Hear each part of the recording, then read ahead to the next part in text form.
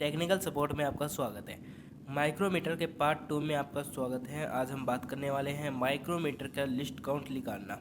तो list count निकालने की विधि के बारे में बात करेंगे। तो दो तरीके से निकाले, मतलब दो विधियाँ होती है। एक तो मैट्रिक प्रणाली में है हमारी, और दूसरी हमारी ब्रिटिश प्रणाली में।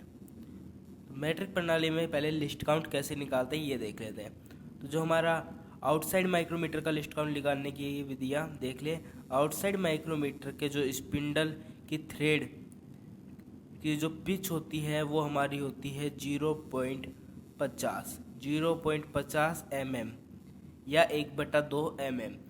थ्रेड की पिच यानी क्या से मतलब है कि हमारा जो आउटसाइड माइक्रोमीटर की जो स्पिंडल पे चूड़ियाँ कटी होती हैं, उन चूड़ियों के जो बीच का गैप होता है, दो चूड़ियों के बीच का गैप होता है, वो हमारा होता है 1/2 mm। इसलिए हमारा जो थिम्बल के एक पूर्ण चक्कर में स्पिंडल द्वारा तय की गई दूरी हमारी होगी 0.50 mm। मतलब हमारा कहने का मतलब ये है कि हमारे जैसे ये एक स्पिंडल है, इस स्पिंडल के ऊपर यहाँ पर ये चूड़ियाँ कटी हुई है, और ये एक चूड़ी से लेके दूसरी चूड़ी तक का जो गैप है वो हमारा है 1/2 mm। तो जब ये एक राउंड पूरा घूमेगी, हमारे थिम्बल को घुमाएंगे एक राउंड पूरा, तो एक चूड़ी आगे जाएगी, और एक चूड़ी आगे जाएगी, डिस्टेंस कितना कवर करेगी 1/2 mm। तो इसीलिए कह रहा है कि थिम्बल के एक चक्कर पूर्ण करने पर स्पिंडल 1/2 mm आगे की तरफ सरकती है, क्योंकि चूड़ी की जो पिच है वो हमारी 1/2 mm या 0.50 mm है। तो थिम्बल के वेबल एज को 50 बराबर भागों में बांटा जाता है। जो हमारा थिम्बल होता है उसके वेबल एज को 50 बराबर भागों में बांटा जाता है मैट्रिक प्रणाली के माइक्रोमीटर में। थिम्बल के वेबल एज को 50 बराबर भागों में बांटा जाता है। इसके बाद देखते हैं, इसलिए थिम्बल का 50 भाग बराबर होगा 1/2 mm। तो इसके बारे में एक बार आपको दिखा देता हूँ। मैं यहाँ पे चित्र दे रखा है, एक सेकेंड। हाँ, तो आप देख सकते हैं कि यहाँ पर हमारा जो आगे की तरफ स्पिंडल एक राउंड आगे घुमाते हैं, इस थिम्बल को एक राउंड घुमाते हैं, तो ये स्पिंडल हमारा निकलता है आगे की तरफ 0.50 mm या 1/2 mm। ठीक है, और इस थिम्बल के जो ये लाइनिंग दे रखी है ऐसे, ये हमारी 50 लाइनिंग होती है, 0 से लेके 50 तक, मतलब कि 50 भागों में बांटा गया है। तो 0 से स्टार्ट करेंगे। जैसे हमारे मान लेते हैं ये थिम्बल पे 0 यहाँ पे हैं, फिर यहाँ पे 5, 10, पीछे की तरफ 15, 20, 25, 30, ऐसे करके यहाँ पे 45 आ गया। तो फिर ये 0 से 0 तक आने में जब मतलब 50 भागों को घुमाएंगे, जब जाके हमारा 0.50 आधा mm आगे की तरफ सरकता है। तो हम कह सकते हैं कि 50 भाग, थिम्बल के 50 भाग बराबर होंगे हमारे 1/2 mm के। ठीक है, चित्र हम आ गया, तो इसमें देख लेते हैं हम। तो ये हमारा एनविल है, ये हमारा स्पिंडल है, ये बैरल या स्लीव बोलते हैं, इसके ऊपर हमारी ग्रेजुएशन लाइन होती है।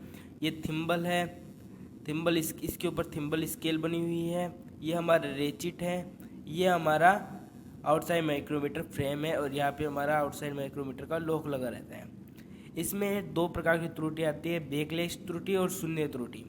तो उस त्रुटि को सेट करने के लिए हम सी स्पेनर का प्रयोग करते हैं। मेजरिंग फेस, जो एनविल और स्पिंडल के ऊपर मेजरिंग फेस बने होते हैं वो अलग धातु के बने होते हैं। तो आगे बात करते हैं हम चल रहे थे आगे। तो देखते हैं, हम दो विधियाँ बताई थी मैंने आपको, हर मैट्रिक में भी दो है और ब्रिटिश में भी दो है। तो देखते हैं पहले थिम्बल के एक भाग, जो थिम्बल का हमारा एक भाग है वो क्या है। तो पहले थिम्बल के 50 भाग बराबर हमारे हैं 1/2, अभी हमने देखा था। तो एक सेकेंड, थिम्बल के 50 भाग बराबर 1/2। अब हम इस 50 को उस तरफ भेज देते हैं 1/2 के गुना में, तो इधर 1 बच जाएगा, क्योंकि हर संख्या के गुना में 1 होता है। तो ये 50 इधर आ जाएगा, तो 1 बराबर में हमारा क्या रहेगा 1/2 बटे में 50 लिख सकते हैं। तो हमने लिख दिया 1 बराबर में 1/2 बटे में 50। इस 50 को हम ऊपर की तरफ पलटेंगे तो ये इस तरीके से लिखा जाएगा, 1/2 वो 1 बराबर में 1/2 गुना में 1/50। ठीक है, अब ये हमारे इस तरफ आ गया 1/2 गुना में 1/50, जो कि हमारा हो जाएगा 1/100। तो 1 बराबर हमारा क्या होगा, 1/100। थिम्बल का 1 भाग बराबर हमारा कितना होगा, इसका मतलब है हमारा थिम्बल का 1 भाग बराबर है 1/100 के, और 1/100 को हम लिख सकते हैं 0.01 mm। ठीक है, ये तो हमारा हो गया एक तरीका। दूसरा तरीका है हमारा सूत्र से। तो हमारा लिस्ट काउंट या अल्पतमांक बराबर होता है पिच बट्टे थिम्बल स्केल की कुल डिवीजनों की संख्या। तो हमने पिच की बात की थी अभी, पिच हमारा है 0.50, और थिम्बल स्केल पर कितनी डिवीज़न बने हुए हैं, 50 भागों में बटा होता है 50। 0.50 में 50 का भाग देंगे तो हमारा आंसर आएगा 0.01 mm। ब्रिटिश प्रणाली में भी हम देख लेते हैं साथ के साथ। तो ब्रिटिश प्रणाली के लिए हम ये पहले पढ़ लेते हैं। ब्रिटिश माइक्रोमीटर में स्पिंडल की चूड़ी 1/40 इंच या 0.025 इंच होती है। मतलब मैट्रिक प्रणाली में तो हमारी 1/2 mm या 0.50 mm की होती है, जबकि इसमें 1/40 इंच या 0.025 इंच की होती है। मतलब थिम्बल के एक राउंड, थिम्बल स्केल एक राउंड पूरा करेगा तो कितनी आगे चलेगी, 1/40 इंच स्पिंडल आगे की तरफ सरकेगी। अगला है थिम्बल की वेबल एज पर 50 भागे बटी होती है। तो मैट्रिक प्रणाली में तो हमारे जो थिम्बल है उसकी वेबल एज पर कितने भाग बटे होते हैं, 50। इसमें कितने बटे होते हैं, 25 बराबर भागों में बटी होती है। इसलिए थिम्बल के 25 बराबर भाग किसके बराबर होंगे, तो थिम्बल के 25 भागों को घुमाएंगे जब जाके हमारे स्पिंडल चलेगा 1/40 इंच। तो थिम्बल के 25 भाग बराबर हो गए 1/40 इंच के। ठीक है, अब वही हमारा उसी तरीके से करेंगे हम 25। तो थिम्बल का एक भाग क्या होगा, तो थिम्बल का हमारे एक भाग होगा बराबर में 1/40 भाग में 25। ये 25 पलट के ऊपर की तरफ आएगा तो ये हो जाएगा 1/40 गुना में 1/25। तो ये हमारा आंसर आएगा 1/1000।